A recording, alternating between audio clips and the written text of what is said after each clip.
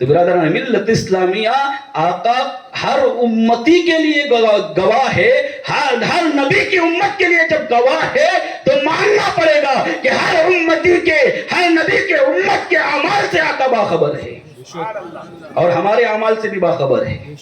برادران ملت اسلامیہ، یہاں سے ایک بات اور ایک نصیحت ہمیں یہ بھی ملتی ہے کہ ہمیں پھر کیسے عمل کرنا چاہیے۔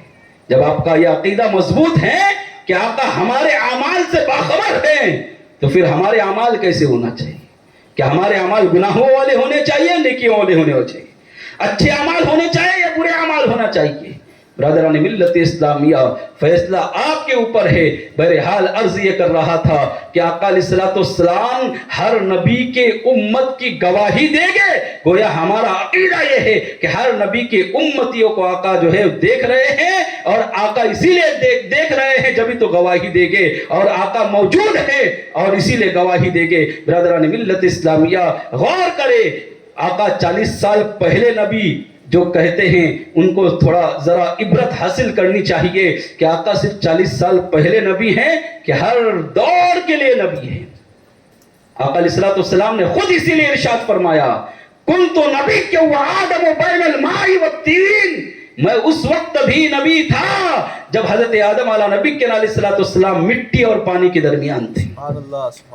میرا آقا فرمایا میں اس وقت بھی نبی تھا۔ اور کچھ لوگ کہتے ہیں 40 سال کے بعد نبی بنائے گئے، 40 سال کے بعد نبوت آپ کو ملی۔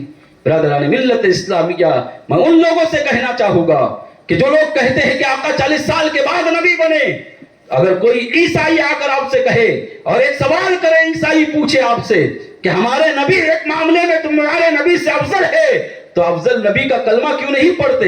اگر تم پوچھو گے کہ تمہارے پاس دلیل کیا ہے، اور وہ یوں کہیں کہ قرآن خود دلیل ہے اس بات پر، اور پھر وہ یہ کہیں کہ قرآن میں آیا ہے کہ جب جناب موسیٰ عیسیٰ علیہ نبی کے علیہ الصلوۃ والسلام 4 دن کے تھے، گہوارے میں تھے، اور ان سے پوچھا، ان کی طرف اشارہ کیا گیا تھا، تو انہوں نے کہا تھا قال انی عبد اللہ وآتانی الکتاب وجعلنی نبیا، میں اللہ کا بندہ ہوں، مجھے کتاب دی گئی اور مجھے نبی بنا کر بھیجا گیا۔ تو جناب عیسیٰ تو 4 دن میں دعوی نبوت فرما رہے ہیں، اور تمہارے نبی کو 40 سال کے بعد نبی ملی۔ کوئی اگر کہے کہ پھر اس نبی کا کلمہ کیوں نہیں پڑھتے جو بچپن سے نبی تھا، 40 سال کے بعد تو نبی نہیں بنا، تو پھر آپ کے پاس کیا جواب ہوگا؟ برادران ملت اسلامیہ، اس لیے اہل سنت والجماعت کا یہ عقیدہ ہے کہ آقا علیہ الصلوۃ والسلام 40 سال کے بعد نبی نہیں بنے، بلکہ 40 سال کے بعد انہوں نے اپنے نبوت کا اظہار فرمایا ہے۔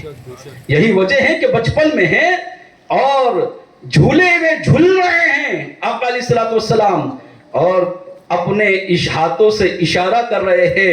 حضرت حلیمہ سعدیہ کہتی ہے کہ میں نے دیکھا کہ پالنے میں آقا علیہ الصلوۃ والسلام جھول رہے ہیں، اور ہاتھوں سے جب اشارہ کرتے تھے تو آپ کی انگلی کا اشارہ جدھر جاتا تھا چاند بھی اسی طرف ہوتا تھا۔ برادران ملت اسلامیہ، اعلی حضرت فاضل بریلوی نے اسی بات کو تو کہا تھا کہ چاند جھک جاتا جدھر انگلی اٹھاتے مہد میں، چاند جھک جاتا جدھر انگلی اٹھاتے مہد میں، کیا ہی چلتا تھا اشاروں پر کھلونا نور کا۔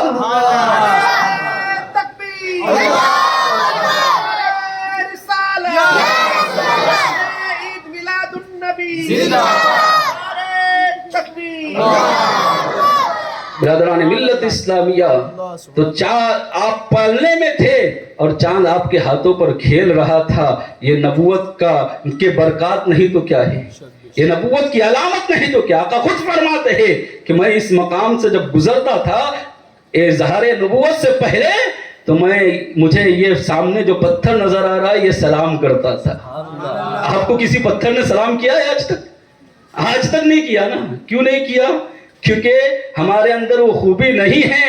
آقا علیہ الصلوۃ والسلام فرماتے ہیں کہ 40 سال سے پہلے، یعنی اظہار نبوت سے پہلے وہ پتھر مجھے سلام کرتا تھا، گویا پتھر بھی جانتا تھا کہ یہ آقا ہے اور یہ نبی ہے، اسی لیے تو سلام کرتا تھا۔ برادران ملت اسلامیہ، ایک واقعہ بہت مشہور اور بہت بڑا واقعہ ہے، وہ واقعہ مکمل کر کے اپنی بات مکمل کروں گا۔ بہت پیارا واقعہ، آقا علیہ الصلوۃ والسلام کے پیدائش سے 1000 سال پہلے کا واقعہ ہے۔ ایک بادشاہ تھا تبع اول حمیری، یا حمیری نام ہے اس کا، بہت بڑا بادشاہ تھا، یمن کا ہی بادشاہ تھا۔ اس نے سوچا کہ میں اپنے ملک کی سیاحت کروں سفر کروں, ملک کا دورہ کروں, تو اس نے عظیم الشان لشکر تیار کیا. روایت میں آتا ہے ایسا عظیم لشکر تیار کیا اس نے کہ 1,13,000 جو ہے یہ پیدل سوار لیے اور 1,30,000 گھڑ سوار لیے. اللہ اکبر. اس شان کے ساتھ نکلا اور جس علاقے میں جاتا ہر علاقے سے 10 علماء جو بڑے عالم ہوتے تھے ان کا انتخاب کرتا, ان کو کہتا کہ میرے ساتھ چلو. اس طرح 4,000 علماء کی جماعت کے ساتھ اس سفر کے لیے نکلا تھا, شان کے ساتھ. روایت میں آتا جس علاقے میں جاتا, اب سوچے کہ اتنا بڑا لشکر لے کر اگر کوئی کسی علاقے سے گزرے گا تو لوگوں کا تو تانتا بنے گا دیکھنے کے لیے. لوگ ہجوم در ہجوم جمع ہوتے تھے اسے دیکھنے کے لیے, اس کے استقبال کے لیے پہلے ہی سے کھڑے ہوتے تھے. لوگ چھتوں پر چڑھ جاتے تھے اور اس تبع اول حمیری کا جو ہے استقبال کرتے ہوئے نظر آتے تھے. لیکن جب یہ تبع اول حمیری جب خانہ کعبہ کے قریب پہنچا, مکہ کے قریب پہنچا, تو اس کو دیکھنے کے لیے کوئی باہر نہیں آیا, اس کے استقبال کے لیے کوئی باہر نہیں آیا. اس نے پوچھا کیسے لوگ ہیں یہ, ہر جگہ جہاں جاتا ہوا استقبال کے لیے لوگ آتے ہیں میرے, اور یہ ہے کہ اس شہر سے کوئی استقبال کے لیے میرے آیا ہی نہیں, کیا وجہ ہے؟ تو بتانے والے نے بتایا کہ سنو, معاملہ یوں ہے کہ اس شہر کے اندر خانہ کعبہ ہے, اللہ کا گھر ہے, اور لاکھوں کی تعداد میں ہر سال جو ہیں ہزاروں کی تعداد میں لوگ اس گھر کے طواف کے لیے آتے ہیں. ہزاروں کی تعداد دیکھنا ان لوگوں کے لیے کوئی نیا مشغلہ نہیں ہے, کوئی نیا کام نہیں ہے. ہر سال جو لوگ اتنے لوگوں کو دیکھتے ہیں, بلکہ صرف دیکھتے نہیں بلکہ ان حاجیوں کی خدمت کرتے ہیں, ان کو کھانا کھلاتے ہیں اور ان کے لیے رہنے کا سامان مہیا کرتے ہیں, تو وہ ان کو تمہارے لشکر سے کیا لینا دینا. اب اتنا سننا تھا کہ تبع اول حمیری جو ہے غضبناک ہو گیا, غصے میں آیا. غصے میں آنے کے بعد اس نے دل میں سوچا کہ میں خانہ کعبہ کو تہس نہس کر دوں گا, میں اس کو نیست و نابود کروں گا, مسمار کروں گا, اور پھر یہاں کے مردوں کو غلام بناؤں گا اور یہاں کی عورتوں کو کنیز بناؤں گا. اللہ اکبر. جیسے ہی خانہ کعبہ کے بارے میں اس کی بری نیت آنی تھی دل میں, اسی وقت اس کو ایک بیماری ہو گئی. بیماری ایسی تھی کہ اس کے ناک اور اس کے کان سے خون بہنا شروع ہو گیا.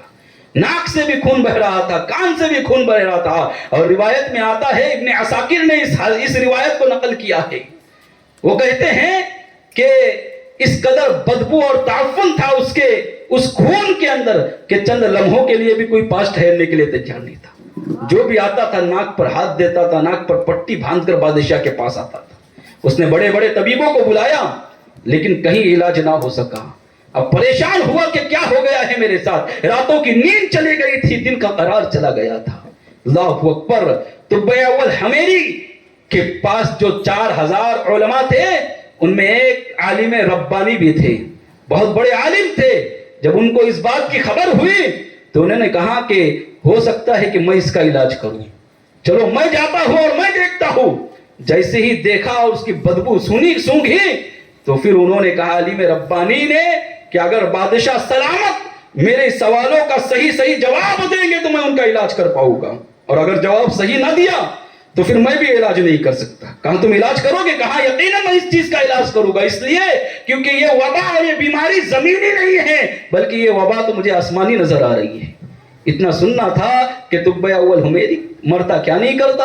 اس نے کہا ٹھیک ہے, میں سچ کہوں گا, جو بھی آپ پوچھو گے میں سچ جواب دوں گا.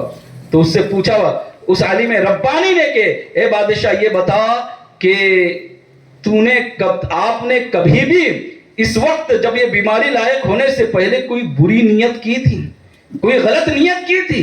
اس نے سوچا کہ نہیں, میں نے تو ایسی کوئی نیت نہیں کی بری. اس کے ذہن میں بھی نہیں تھا. پھر یاد آیا کہ جب خون جاری ہوا ناک اور کان سے, اسی وقت میں نے بیت اللہ کو توڑنے کی نیت کی تھی, میں نے خانہ کعبہ کو مسمار کرنے کی نیت کی تھی. اسی کے بعد سے کہا ہاں مجھے یاد آیا, یہ جب سے جاری ہوا, جب سے میں نے ایک نیت کی کہ میں خانہ کعبہ کو توڑ دوں گا, میں خانہ کعبہ کو مسمار کروں گا, اسی وقت سے خون جاری ہو گیا. عالم ربانی نے کہا بس یہی وجہ ہے کہ تم بیمار ہو گئے ہو, سچے دل سے توبہ کرو اور اللہ سے معافی مانگو اور اپنی نیت تبدیل کر لو, اللہ شفا عطا فرمائے گا. جیسے ہی اس نے نیت بدلی کی, ناک سے بھی خون آنا بند ہو گیا اور کان سے بھی خون آنا بند ہو گیا. برادران ملت اسلامیہ, اب اب وہ طب اول حمیری جو تھا وہ بہت خوش ہوا اور اس کو یقین ہو گیا کہ دین ابراہیمی جو ہے یہ صحیح دین ہے. اس نے فوراً اسی وقت دین ابراہیمی کو قبول کر لیا. برادران ملت اسلامیہ, اس طرح اس نے خانہ کعبہ کے لیے پھر اس نے چادر تیار کی, ریشمی چادر, کہ آج 7 روایت میں آتا ہے کہ 7 چادریں تیار کی کہ آج سے خانہ کعبہ کے احترام کے لیے ہم خانہ کعبہ کے اوپر چادر چڑھائیں گے. برادران ملت اسلامیہ وہ سلسلہ آج تک جاری ہے. آج تک آپ نے دیکھا ہوگا خانہ کعبہ کے اوپر چادر ہے. برادران ملت اسلامیہ, جانتے ہو چادر کتنی قیمتی ہے؟ جو اس کے اوپر لکھاوٹ ہوتی ہے نا خانہ کعبہ کے چادر کے اوپر, وہ سونے کے تار سے لکھی جاتی ہے. اور آپ نے دیکھا ہوگا کہ جو اس کو اسٹینڈ کے لیے, جو رکنے کے لیے جو گول گول جو بنائے گئے ہیں, اس کے اسٹینڈ جو بنائے گئے ہیں جو نیچے رہتے ہیں, وہ سونے کے ہیں. اتنی قیمتی چادر ہوتی ہے. لیکن عرض کرنا چاہتا ہوں کہ کسی کے پیٹ میں مروڑ نہیں آتی کہ اتنی قیمتی چادر خانہ کعبہ پر چڑھاتے ہیں. اور یہ اسراف ہے. اگر یہ پیسے بچا لیے جاتے تو کتنی غریبوں کی بچیوں کی شادی ہوتی. کسی کو نہیں ہوتا. لیکن ہوتا کب ہے؟ جب ہم اللہ والوں کے مزار پر چادر چڑھانے کی بات کرتے ہیں, 50 اور 100 روپے والی چادر, تو لوگوں کے پیٹ میں مروڑ شروع ہو جاتا ہے. کہتے ہیں کہ ارے اتنی چادر چڑھاتے, اس سے تو کسی بچی کی شادی ہوتی. آپ نے موبائل خریدا ہے لاکھوں روپے کا, ہزاروں روپے کا, 50 ہزار کا موبائل اپنے بچے کو دیا, جبکہ 10,000 کے موبائل سے بھی کام چل سکتا تھا. اتنا ایکسٹرا پیسہ اس پر لگایا اپنی اولاد پر. اس وقت خیال نہیں آیا کہ کسی بچے کی شادی, غریب بچے کی شادی ہو سکتی تھی. اولیاء اللہ کے احترام کے لیے جاگر جو کام کیا گیا, اسی پر سوال, اسی پر اعتراضات. برادران ملت اسلام کیا. لیکن یہاں پر ایک بات میں اور عرض کرنا چاہوں گا, غور سے سننا. اعلیٰ حضرت فاضل بریلوی نے لکھا ہے کہ مزار پر کپڑے کی ایک ہی چادر چڑھانی چاہیے. ایک ہی چادر, کیونکہ چادر کا کہیں قرآن و حدیث میں ثبوت نہیں ہے. جس طرح خانہ کعبہ کے احترام کے لیے خانہ کعبہ پر چادر چڑھائی جاتی ہے, اسی طرح مزار کے احترام کے لیے مزار پر چادر چڑھائی جاتی ہے, تاکہ پتہ چلے کہ جس قبر کے اوپر چادر ہے وہ کسی عام انسان کی چادر قبر نہیں ہے, بلکہ اللہ کے ولی کی قبر ہے. اس لیے چادر چڑھائی جاتی ہے. لیکن کتنی؟ ایک چادر. ہاں, پھولوں کی جتنی چاہے اتنی چڑھا سکتے, پھولوں کی چادر.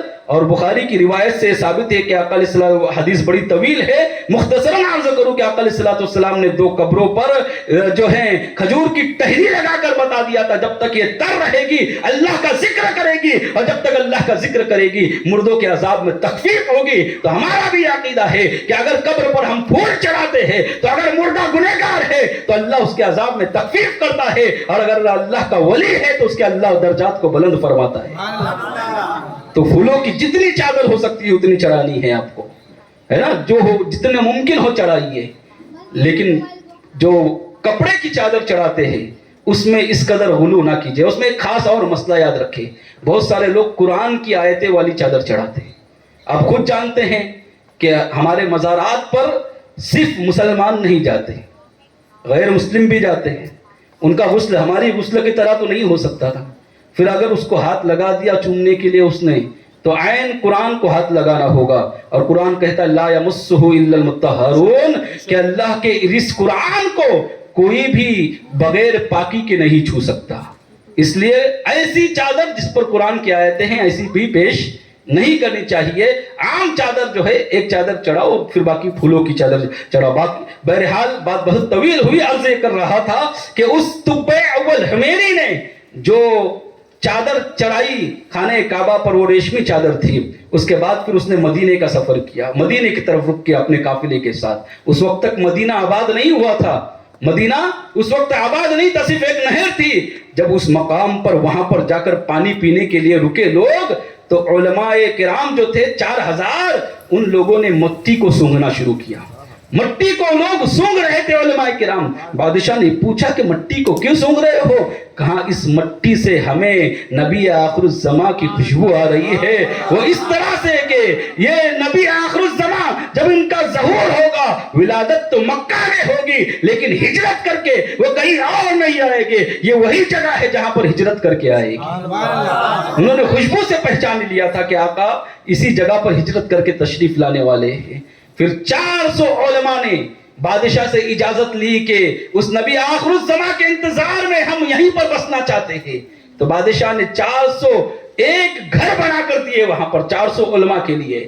400 علماء کے لیے 401 گھر بنائے, اور ایک گھر جو ہے اس عالم ربانی کی تحویل میں دیا کہ آپ استعمال کرنا, اور جب نبی آخر الزماں کا ظہور ہوگا اور ہجرت کر کے جب یہ آئیں گے تو یہ گھر کسی اور کا نہیں ہوگا, یہ گھر انہی کا ہوگا. برادران ملت اسلامی, کب کی بات بتا رہا ہوں میں؟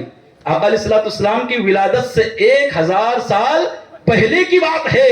پھر طب اول حمیری نے ایک خط لکھا تھا آقا علیہ السلام کی شان میں. آقا علیہ السلام کو لکھا اس نے کہ میں طب اول حمیری آپ پر اسی وقت ایمان لاتا ہوں, آپ کے قرآن پر ایمان لاتا ہوں. اور الفاظ جو لکھے ہیں, یا سید المرسلین, اے رسولوں کے سردار, یا شفیع المذنبین. برادران ملت اسلامیہ, اور پھر اس نے کہا آگے کہ اگر میں آپ کا دور پا سکوں تو میرے لیے صد افتخار, لیکن اگر دور نہ پا سکوں تو یاد رکھنا کہ آپ کل قیامت کے دن اس طب اول حمیری کو نہ بھولنا, اس لیے کہ مجھے معلوم ہے لواء الحمد کا صحرا آپ کے سر باندھا جائے گا اور شفاعت کبریٰ کا تاج زرین آپ کو دیا جائے گا. تو کل قیامت کے دن طب اول حمیری جو آپ پر ایمان لاتا ہے اس کی ضرور شفاعت کرنا.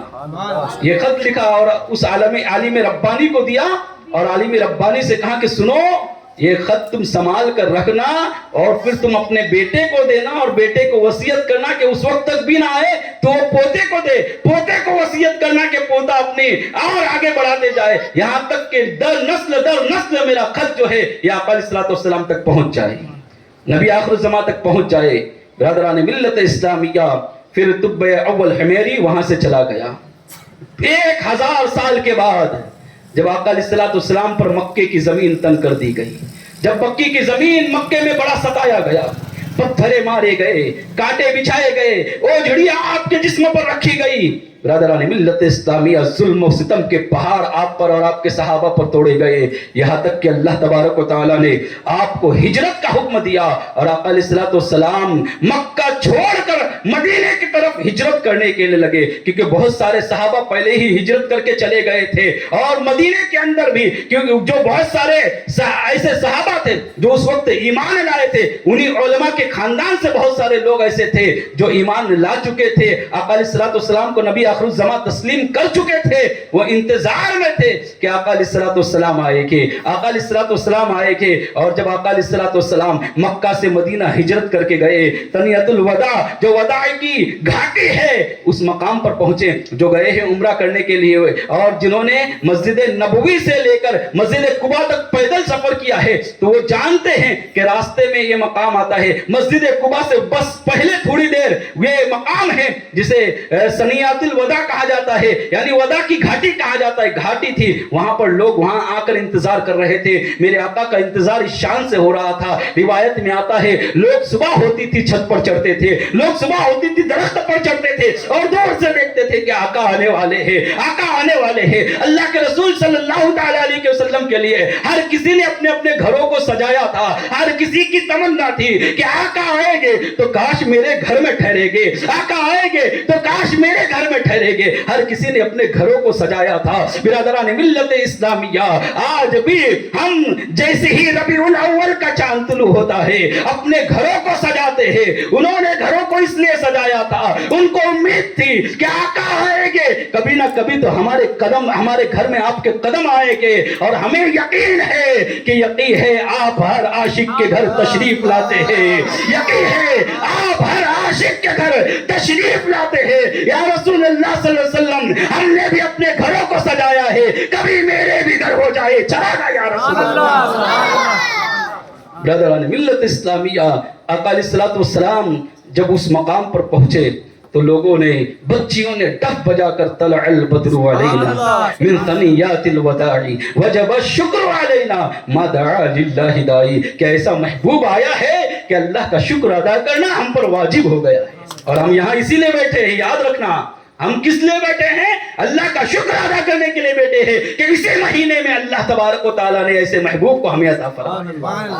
ہم بھی یہاں پر شکر, ان بچیوں نے جب بجا کر شکریہ ادا کیا تھا, ہم بھی اللہ کا شکر ادا کرنے کے لیے محفلیں سجا رہے ہیں. برادران ملت اسلامیہ, جب قبیلہ بنو سلیم کے قریب پہنچے آقا علیہ الصلوۃ والسلام, تو اس وقت جو عالم ربانی جو تھے, ان کے خاندان والے جو تھے, اس میں حضرت ابو ایوب انصاری رضی اللہ تعالیٰ عنہ تھے. بہت سارے انصاری صحابی تھے, تو انہوں نے مشورہ کیا, بڑے بڑے صحابی تھے. اس وقت حضرت عبد الرحمن بن عوف بھی پہنچ چکے تھے ہجرت کر کے.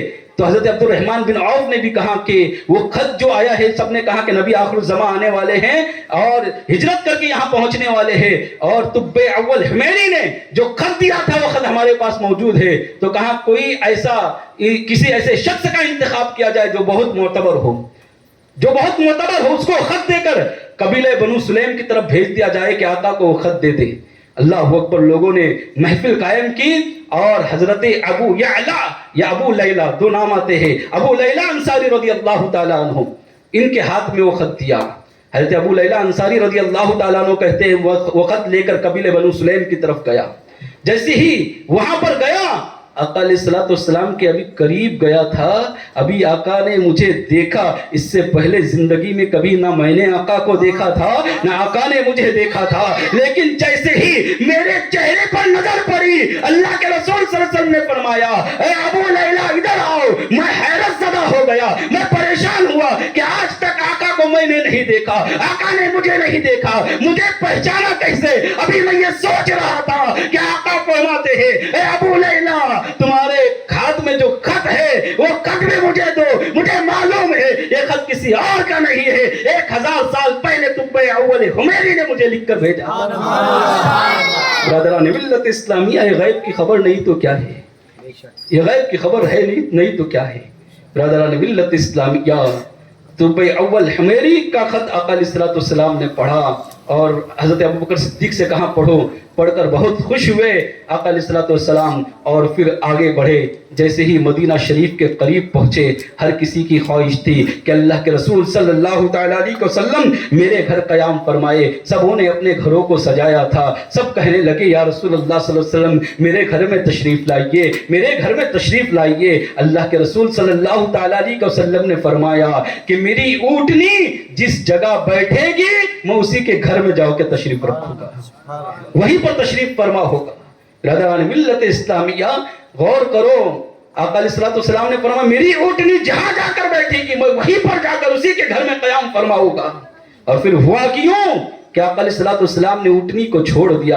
اونٹنی آگے بڑھتے رہی. جب بھی کسی کا گھر آتا دل کی دھڑکنیں تیز ہوتی کہ کاش میرے گھر کے سامنے اونٹنی بیٹھ جائے اور یہ شرف مجھے مل جائے. لیکن حال یہ کہ سب کے گھروں کو کراس کرتے ہوئے اونٹنی آگے بڑھتے جا رہی تھی, یہاں تک کہ وہ اونٹنی کسی کے گھر پر نہیں ٹھہری, حضرت ابو ایوب انصاری کے گھر کے سامنے. اور یہ وہی گھر تھا جو آقا علیہ الصلوۃ والسلام کے لیے طب اول حمیری نے بنایا تھا. اسی گھر کے پاس آ کر وہ اونٹنی ٹھہر گئی اور وہیں پر بیٹھ گئی. اللہ کے رسول صلی اللہ تعالیٰ علیہ وسلم حضرت ابو ایوب انصاری کے گھر میں تشریف فرماؤ. مجھے کہہ دینے دیا جائے یہاں مسلمانوں کہ اللہ کے رسول صلی اللہ علیہ وسلم سے جس اونٹنی کو نسبت ہو جائے اسے بھی پتا ہے کہ یہ گھر وہ گھر ہے جو 1000 سال پہلے طب اول حمیری نے میرے آقا کو دیا تھا. جب اونٹنی کے غیب کا یہ عالم ہے تو آقا کی غیب کا عالم کیا ہے؟ برادران ملت اسلامیہ, آقا علیہ الصلوۃ والسلام حضرت ابو ایوب انصاری رضی اللہ تعالیٰ عنہ کے گھر میں تشریف فرما ہوئے. واقعہ بتانا مقصود یہ تھا کہ سنو طب اول حمیری نے جو لکھا تھا, سید المرسلین کے نام یہ خط ہے. گویا طب اول حمیری اور وہ علماء کرام جانتے تھے کہ نبی آخر الزمان کا ظہور ضرور ہوگا, اور نبی آخر الزمان کے نام اس وقت خط لکھ کر طب اول حمیری نے بتایا تھا کہ اللہ کے رسول صلی اللہ تعالیٰ علیہ وسلم اس وقت بھی ہمارے علم میں ہیں لیکن دنیا کے اندر بظاہر موجود نہیں ہیں, لیکن اس وقت بھی وہ نبی ہیں. تو بیاول حمیری نے وہ ختم سید المرسلین لکھ کر بتایا کہ آقا علیہ السلام اس وقت بھی نبی ہیں. برادران ملت اسلامیہ، اتنے سالوں سے جو عقیدہ چلا آ رہا ہے، کچھ لوگوں نے اس عقیدے کو بگاڑنا چاہا اور معاذ اللہ ثم معاذ اللہ آقا کی شان، آقا کی عظمتوں کو کم کرنا چاہا. اور وہ لوگ یہ سوچ رہے تھے کہ ہم 40 سال کے بعد نبوت بتائیں گے، 40 سال کے بعد نبی کریں گے، اور اس سے پہلے کہ نبوت کا انکار کریں گے تو آقا کی شان میں کمی آئے گی. لیکن یاد رکھنا، جو میرے آقا کی شان کو گھٹانے کی کوشش کرے گا وہ خود ہی گھٹ جائے گا، گھٹ ہی نہیں جائے گا، مذہب اسلام سے ہٹ جائے گا، نجات سے چھڑ جائے گا. اس لیے کہ جس کے مقام کو اللہ نے بلند فرمایا ہے، جس کے مقام کو اللہ نے بلند کیا ہے، جس کے رتبے کو اللہ نے بڑھایا ہے، جس کے مقام کو اللہ نے اونچا کیا ہے، کون ہے اس کے مقام کو گھٹانے والا؟ وَرَفَعْنَا لَكَ ذِكْرَكَ کا ہے سایہ تجھ پر، بول بالا ہے تیرا، ذکر ہے اونچا تیرا. تو گھٹانے سے کسی کے نہ گھٹا ہے نہ گھٹے، جب بڑھائے تجھے اللہ تعالی تیرا. مٹ گئے مٹتے ہیں، مٹ جائے گے آدھا تیرے، اور نہ مٹا ہے نہ مٹے گا کبھی چرچا تیرا. وما علینا الا البلاغ. السلام علیکم ورحمۃ اللہ وبرکاتہ.